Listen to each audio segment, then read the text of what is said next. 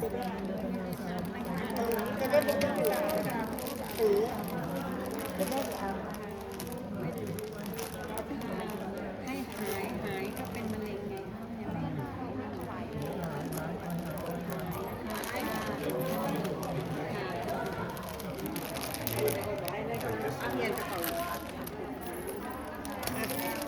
ต้องทำยังไง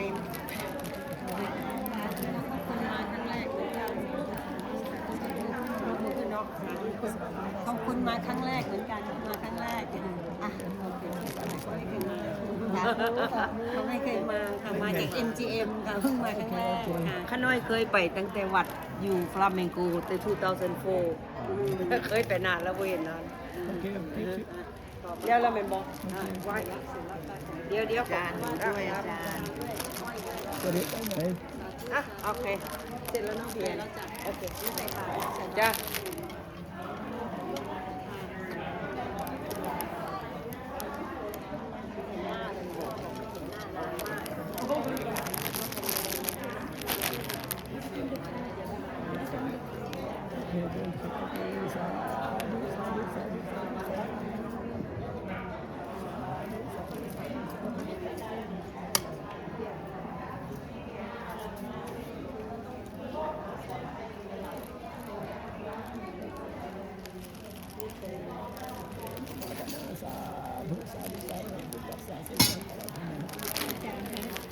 ที่เขาอยากจะขายบ้านที่เขา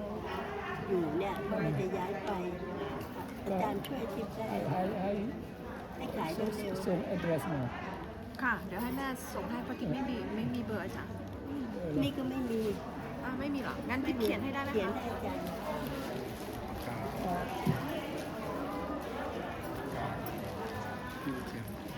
โทรศัพท์มีโทรศัพท์หรือเปล่า มีค่ะ โอเคกดโทรศัพท์ไปได้702 เดี๋ยว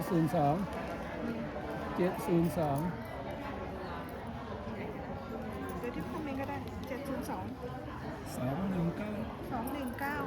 0377 ส่งมาก่อน ส่ง address ไปให้นะคะ address แล้วก็ถ่ายรูปบ้านด้วย อาจารย์ช่วยได้ เดี๋ยวภาวนาเดี๋ยวขายได้ ค่ะ ขอบคุณค่ะ อาจารย์ช่วยได้ ลูกชายอยู่ไหนนั้น ค่ะ ลูกชายอยู่ไหนนั้น อยู่อิลลินอยส์ค่ะไม่ได้มา ไม่ได้เห็นหน้าจะ30 ปีแล้ว จะเรียกไปไหนประเคนที่หลังอันนี้เขาต้องรีบไปทำงานประเคนที่หลัง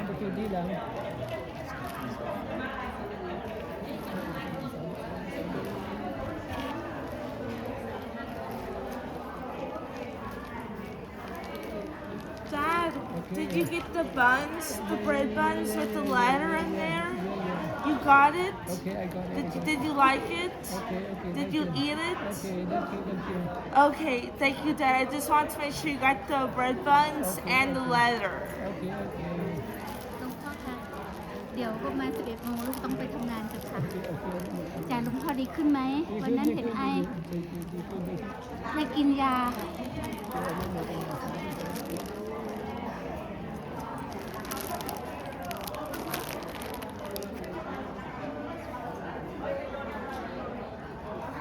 วันนั้นลูกก็ไอเยอะอย่างนี้แหละ ลูกกินฟ้าทลายโจร แล้วก็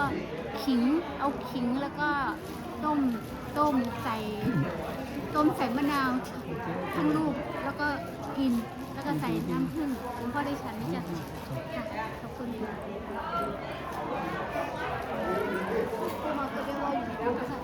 พ่อหายเร็วๆนะจ๊ะ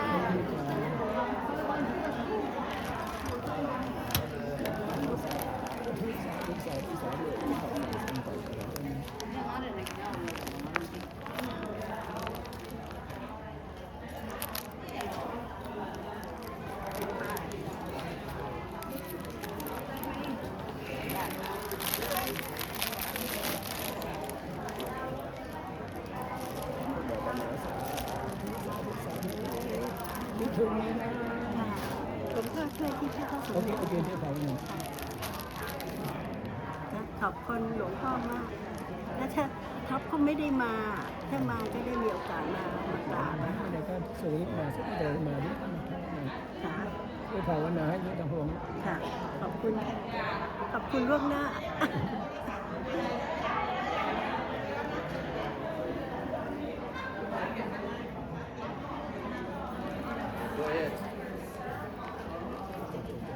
ปลา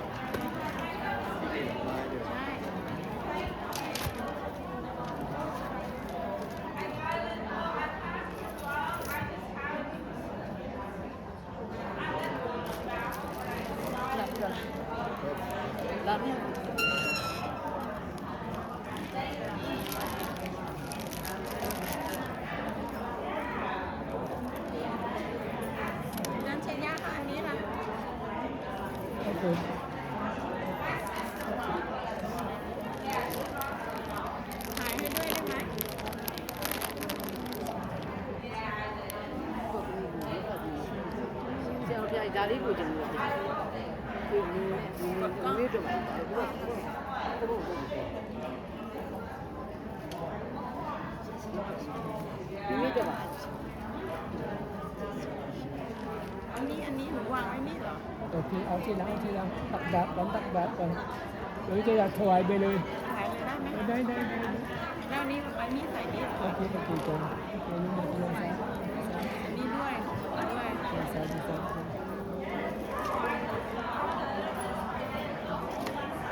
สันต์วันเกิด ทีนี้วันเกิดนะทีนี้หนูจะทำยังไง วัน ยก เกิด เหรอ ตรงนี้ไม่ใช่เหรอ อะไรครับ พรุ่งนี้ ตรงนี้ วันนี้ครับวันที่หนึ่ง จำได้ แม่ให้มาวันนี้ไง จำได้ จำได้แล้วอันนี้ล่ะฮะ แต่ถวายตอนนี้แล้วแต่ เอาถวายเลยเหรอ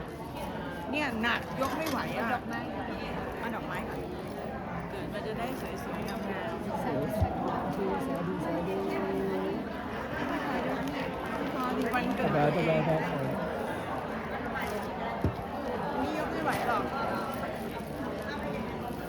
นี่ครับผมว่า วางเลยค่ะพี่วางเลย แล้วอันนี้คือเรียกคือมา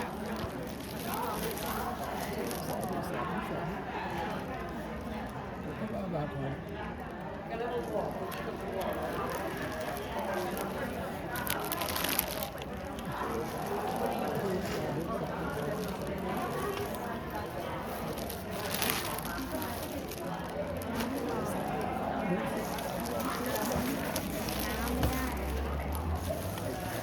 น้ำไม่ไหวครับน้ น้ำไม่อันนี้ก็หนักมาก ทัช ทัชอาทัช สาธุสาธุทัช ทัชไม่ถึงทัชไม่ถึง อันนี้หนักมาก สาธุ ได้ไหม พอ อุ้ยตายหาค่ะ มีด้วยหรือเปล่า อันนั้นไม่ใช่ อันนี้ ค่ะ ไม่ใช่ของเราแค่นี้อันนี้ได้แล้ว อันนี้ต้องเอาไปนู่นแล้วค่ะ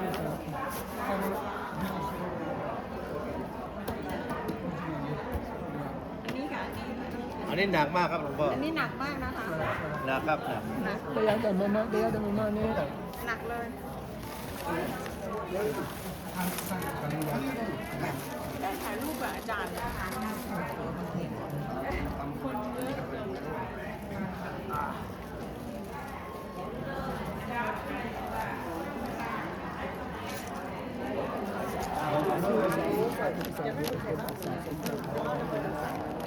ผักอันนี้ รวยเลยค่ะหน้ามา ดูนี่นะถ้าไกลค่ะหลวงพ่อ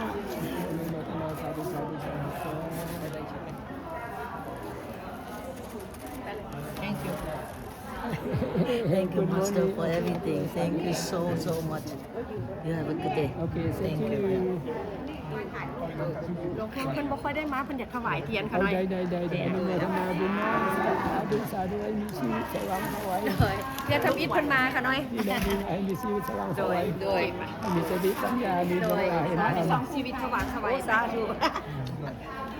เหมือนกันแหละ อนุโมทนาสาธุสาธุ นั่งไม่ค่อยได้ จะไม่ต้องนั่งบนเก้าอี้เถอะ ถึง นั่งบนเก้าอี้ ก่อนกับอาจารย์ชยะปีเดียวอะถึงเกิด91 นั่นแหละนั่งบนเก้าอี้นั่งบนเก้าอี้ ใส่ขายยังขายยัง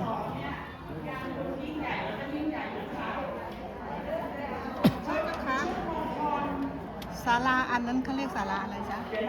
สลับพระธาตุขอพระ ศาลาพระธาตุนะ ขอ คะ พระธาตุ หอพระธาตุศาลาเพราะหนูจะร่วมให้เขาทำ โอ บุ เค ญ ดีครับได้ และหลวงพ่อต้องพูดนิดนึงพูด ที่วัดชัย ศาลา ไอลาโพหรือที่เราเรียกกันว่า หอพระธาตุนะคะ นะคะ ขอพระธาตุ หอ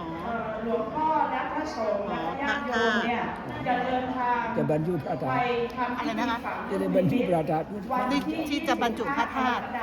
จะได้ว่าพระธาตุ ที่ จุฬา25นะคะเพราะฉะนั้นในวัตถุมงคลนี้นะคะมีครบทุกอย่างมีแผ่นทองแผ่นเงินนะคะ เมื่อทุกท่านเนี่ยได้รับไปนะคะ เดี๋ยวหนูให้หลวงพ่อพูดนิดนึงได้ไหมคะหนูจะได้หรือว่าให้หนูพูด ไปนะคะ ให้หลวงพ่อนำนิดนึงได้ไหมหรือว่ายังไง บูชาวัตถุมงคล1 ชุดนะคะ หนูจะได้มันจะได้นั่นเขาจะได้รู้ว่า หรือว่าถ้ามีศรัทธา เดี๋ยวให้พี่นั่นเขาพูดหนูพูดแป๊บหนึ่งว่าอันนี้ $49นะ เหมาะสมไหมคะหลวงพ่อ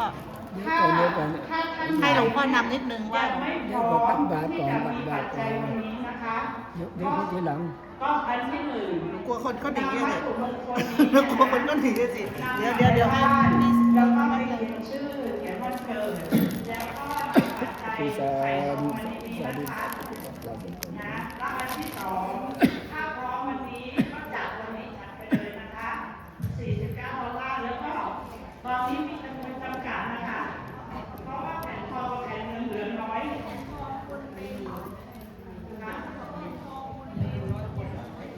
แผ่นทองคนเป็นแผ่นเงินคนตายไม่ทราบนะคะไม่เคยได้ยินตามนั้นนะคะค่ะโอเคค่ะ ต่อไปจะได้เตรียมตัวกราบพระสิทธิ์การบุญตักบาตร หลวงพ่อก็อันนี้นะคะ ขอทุกท่านร่วมบุญสร้างหอพระธาตุที่ประจุพระธาตุอยู่ด้านนอกนะคะตอนนี้กำลังสร้างอยู่ อันนี้ซองจะเป็นขอร่วมบุญทุกคนนะคะค่ะขอบคุณค่ะ ต่อไปจะได้กราบพระรักศีลโดยสาวงทุกทุกพระตัวเองใช่ไหม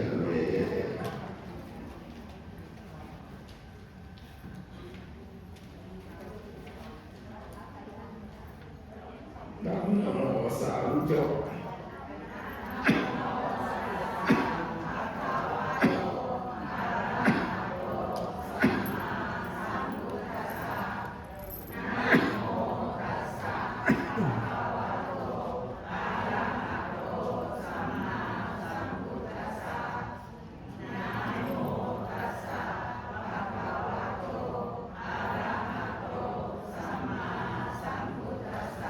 พุทธบูชามหาเดชาวันโตธรรมบูชามหาปัญโยสังฆบูชามหาโภคาโวติโตปัสสิทังรัตนตยัง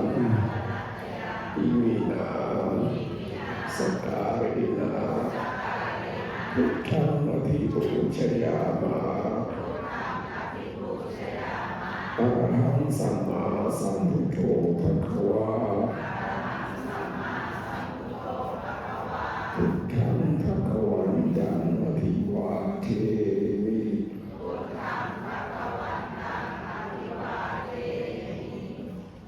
อิมินาสการินาธัมมังอภิปูชยามา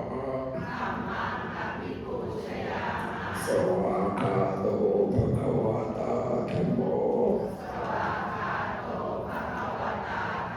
ธัมมังนัมสสามิอิมิ มินาสการเณนะสังฆังอภิปูชยามะสุปฏิปันโนภะคะวะโตสาวกสังโฆ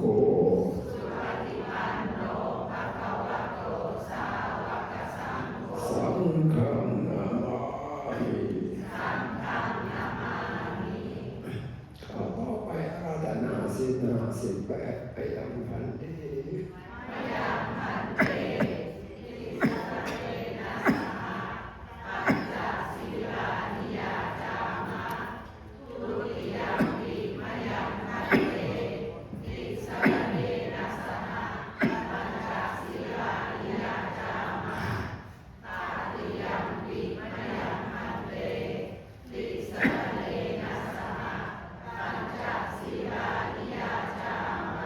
นะโมตัสสะภะคะวะโตอะระหะโตสัมมาสัมพุทธัสสะนะโมตัสสะภะคะวะโตอะระหะโตสัมมาสัมพุทธัสสะนะโมตัสสะภะคะวะโตอะระหะโตสัมมาสัมพุทธัสสะ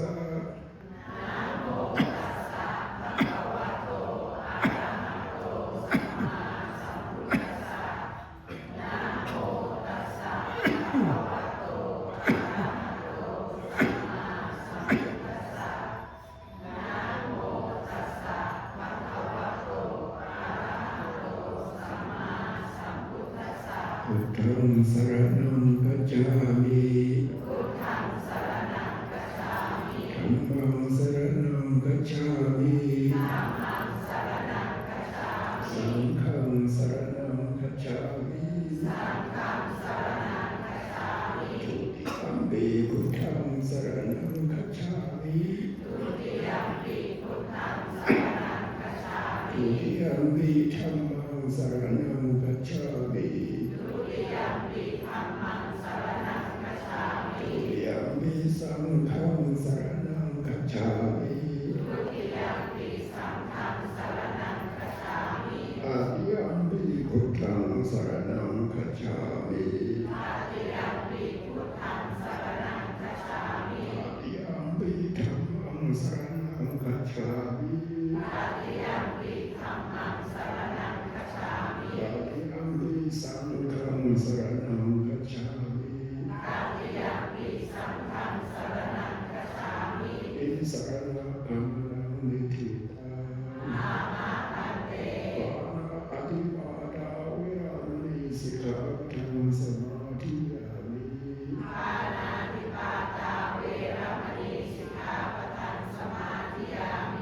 ทิน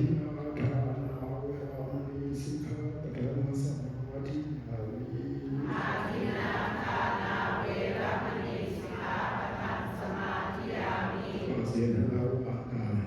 กาเมสุมิชฌาจาราเวรมณีสิกขาปะทังสมาธิยามิ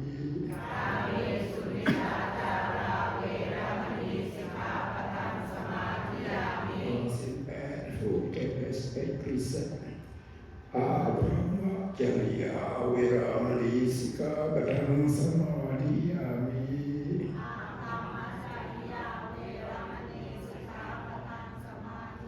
ผู้สาวาทาเวรมณีสิกขาปะทังสมาธิยามิ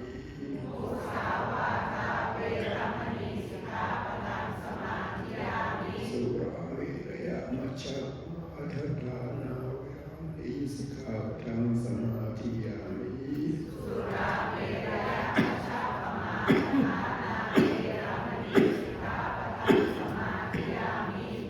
เป็นพิเศษวิกาลาโภชนาเวรมณีสิกขาปะทังสมาธิยามิ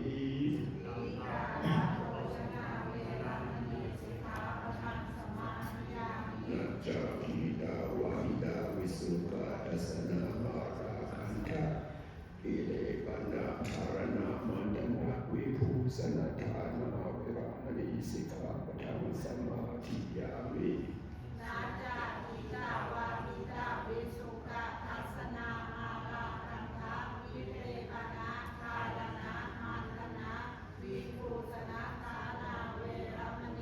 ป พุทธาสยนามหาสยนาวิรามณีสิกขาปะทังสมาธิยามิพุทธาสยนามหาสยนาเวรมณีสิกขาปะทังสมาธิยามิอิมานิปัญจ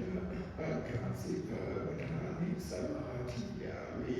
อิมานิปัญจสิกขาปะทังสมาธิยามิอิมานิปัญจสิกขาปะทังสมาธิยามิอิมานิปัญจสิกขาปะทังสมาธิยามิสีเลนะสุปฏิยันติสีเลนะโภคสัมปทาสีเลนะนิพุติยันติอัสมาสีลังวิโสทาติสาธุธรรมเตต่อไปยกขันธ์เข้าขึ้นตั้งจิตอธิษฐานว่าอิมังภัตตาพุทธัสสะธัมมัสสะสังฆัสสะเอมาอุเชมานิพพานัสสะปัจเจโตโหตุอิทัมโมยาตินาโหตุสุขิตาคุนตุยะเดียวเชิญตักบาตรเลยนะโมตัสสะภะคะวะโตอ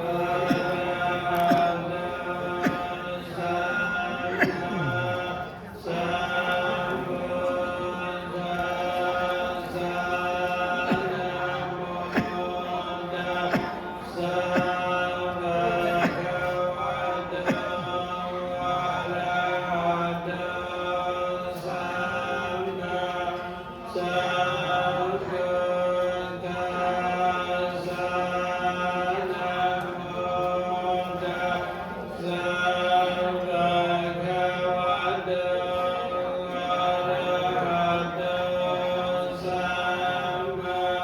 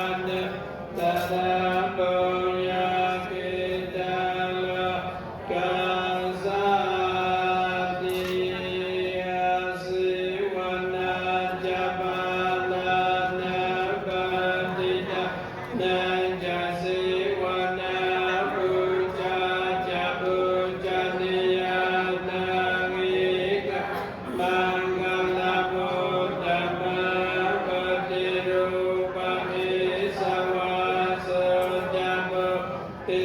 จักขันตโพยะตาอัตตสัมมาปณิทิยาอิ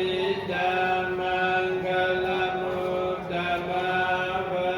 วุสัจจะจะสิปัญจวินัยจะสุสิกิตาสุภาสิตาจายาวาจาอิตัมมังคลมุตตมะมาตาปิตุปาทานาบุตตะราสัสสะกะวังนากุลาจักามันดาอิตัมมังคลมุตตมะทานาจตัมมะจริยะจายาตกานันจะสังฆังอัตตวัจจาติกังอิตัมมังคลมุตตมะอารติวิรติปาปามัจจปานาจะสายโมอัปปมาโดจะตามิสุวิตามังคลมุตตมะคารวะจะนิวัตโตจะสัตตุติจักขันตยุตากาลินัตตัมมะสาวนะอิตัมมังคลมุตตมะกันติจะโสวะสัสสะตะสมณะนันจะตัสสะตะกาลินัตตัมมะสากาจะอิตัมมังคลมุตตมะตะโพจะพระมจริยะญาญาสัจจานัตสัตตานิกากังอิตัมมังคลมุตตมะพุทธัสสะกะตามิหิจิตายาสัตตะกังปะติยโสกะวิราจามิมังวิตัมมังคลมุตตมะอิตาดิสานิกตวานะสัมมาธัมมปาราจิตาสัพพะทัสสุเอกาจาติตัมติสัมมังคลมุตตมะติกรณียมันตะปุสะเลนะยันตะสันตะปะตังอภิสัมมิจาสังโฆอุจุจัสสุจัสสุวะโตจัสสะพุทโธอนันติมานิสันตุจักโฆจัสสุปะโรจะอาภังเกโจจัสสะลังคาโมติสันติคาริโยจันติภะโกจังอาภากาโปกุลิสวรรณนุเกโจนาจักโฆธัมมาจาริเกจิยินาเวยุปาริอุปาวะเทโยสุขิโนวะเอมิโนตุ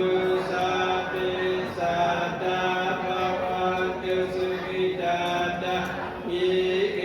จิปานะพุทธาติตสาวาตาวะระวังอันวสิสาติกาจายิจาอาติกายิจาตุริวสันติอวิทุริพุทธาวสัมภเวสีวาสัพพิสัตตาภวันตุสุขิตาตานัมปโรปรานิโกนาติมายิดากตาจิตังกิจิพยาโรสนะปฏิกัสสัญญาญาญามายาสัตุกมิชิยามาดายตะนิยามพุทธมายุสาอิกะพุทธมัตตุระเอวัมปิสัมปะพุทธิสุมาณสัมภาวะเยอ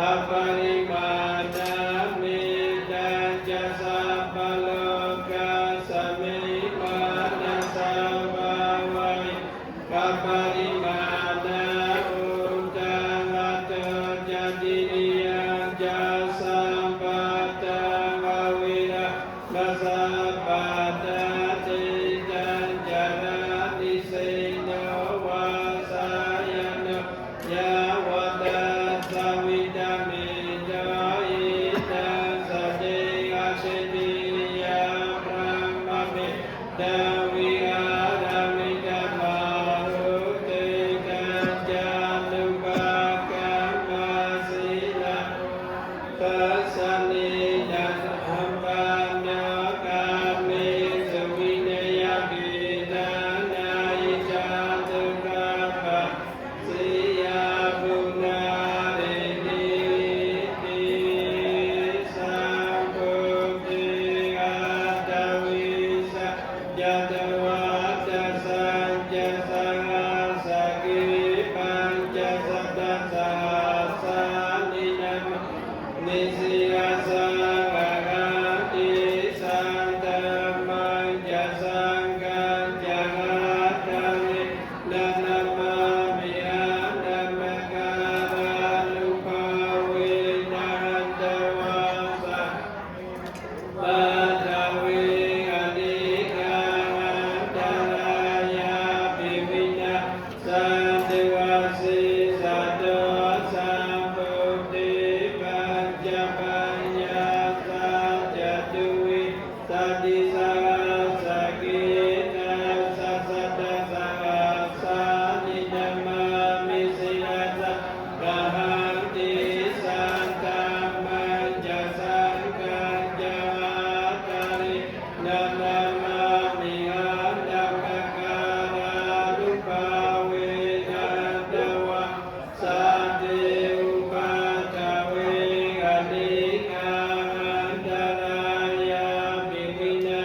สันติวาสิสัตตสัมพุตินะโมกัสสะติอาตาจัตตาลิสัสสะสะเกวิสัตติสัตตสัสสานินะนิสิอาสังฆาติสันตมัญจะสังกัญจหัตถะรินานามามิอานัมมการานุภาเวนันตวา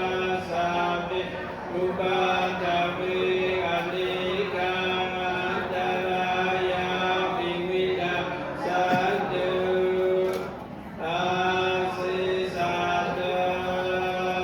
นะโมอะระหะโตสัมมาสัมพุทธัสสะมะยิสินานะโมธัมมะธัมมัสสะสวะกาตาสิวะติติจานะโมภะคะสังฆัสสะวิวิสุทธัสสินาทิตินานะโมปัจจยารัตตะสรัตตนาจยาสัสสะตุกานะโมภะคะติตะสัตตะสวะตุตยาสัตตินะโมการาปะภาเวนาวิกาจาตุปัตตวานะโมการานุภาเวนะสุวัตติโหตุสัพพะทานะโมการาสัตติจินาวิติมิโหมิติจาวา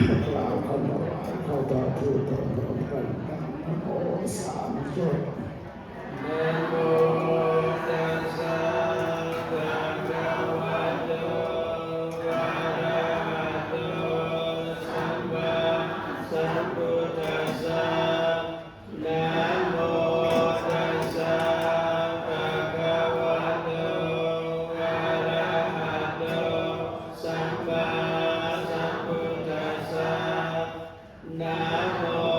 ตัสสะภะคะ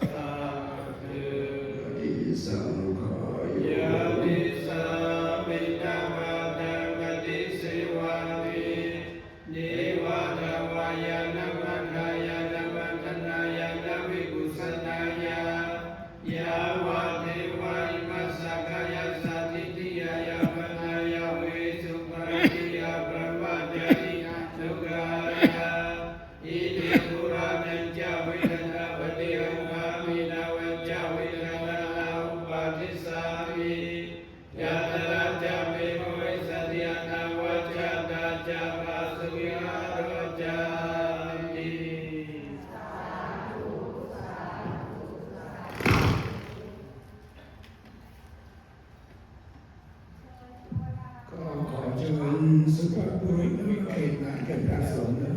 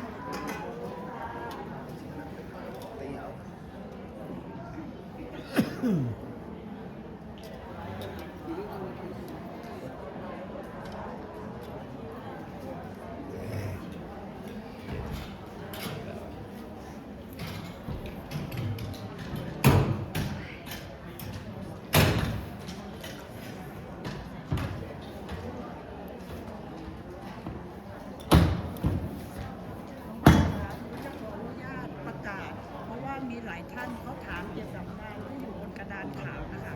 วันที่6อะไรเนี่ยขอใช้ไมโครโฟนแล้วก็ประกาศนะคะ อันนี้เราจะประกาศข้างหลังเนาะประกาศ ประกาศเลยประกาศเลย